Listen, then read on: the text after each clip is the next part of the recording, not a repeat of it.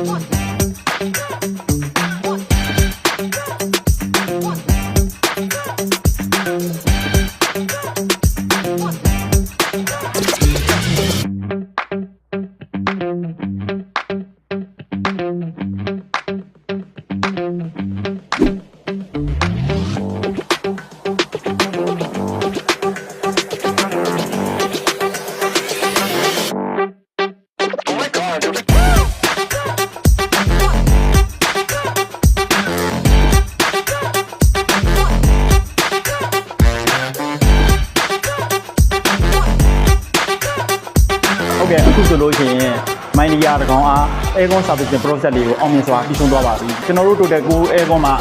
ရရှိနိုင်သော service များမှာ Aircon များစီကျော်ခြင်း Aircon များပြုပြင်ထိန်းသိမ်းခြင်း Aircon များအသစ်တက်ဆင်ခြင်း Aircon များအသစ်ဟောင်းလဲလှယ်တက်ဆင်ခြင်း Aircon များနေရာပြောင်းရွှေ့ခြင်းများဝန်ဆောင်မှုများကိုရရှိပါမယ်